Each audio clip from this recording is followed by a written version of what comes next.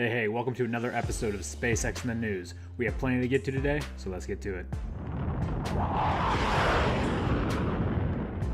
So SpaceX has just been granted permission by NASA to do something that nobody else has ever done before: refuel their rockets while astronauts are on board.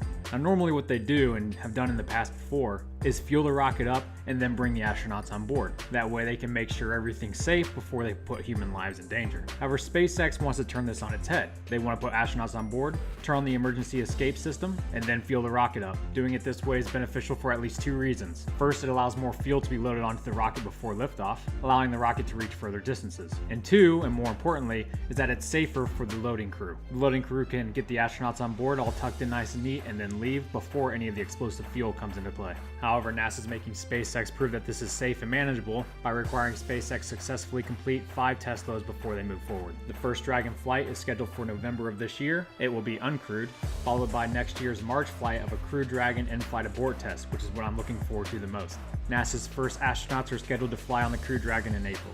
To help those astronauts get into the Crew Dragon once it's already upright on the launch pad, SpaceX has just recently raised their futuristic-looking loading arm onto pad 39A. You know, I look at these pictures and laugh because it's like one thing doesn't belong. You have this new age technology kind of walkway mixed with 1960s relics.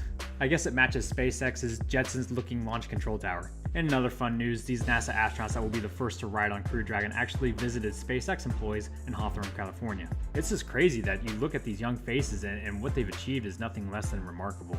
For the first time in what actually seems like eternity, we might be getting some updates on the BFR. This year's Mars Society convention is coming up, and on August 25th, Paul Wooster of SpaceX is going to discuss their plans for Mars. Will he actually release new info on the BFR?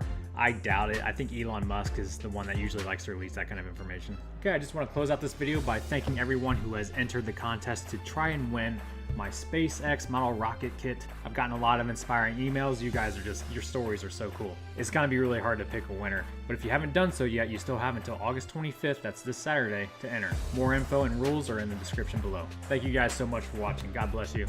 Stay righteous.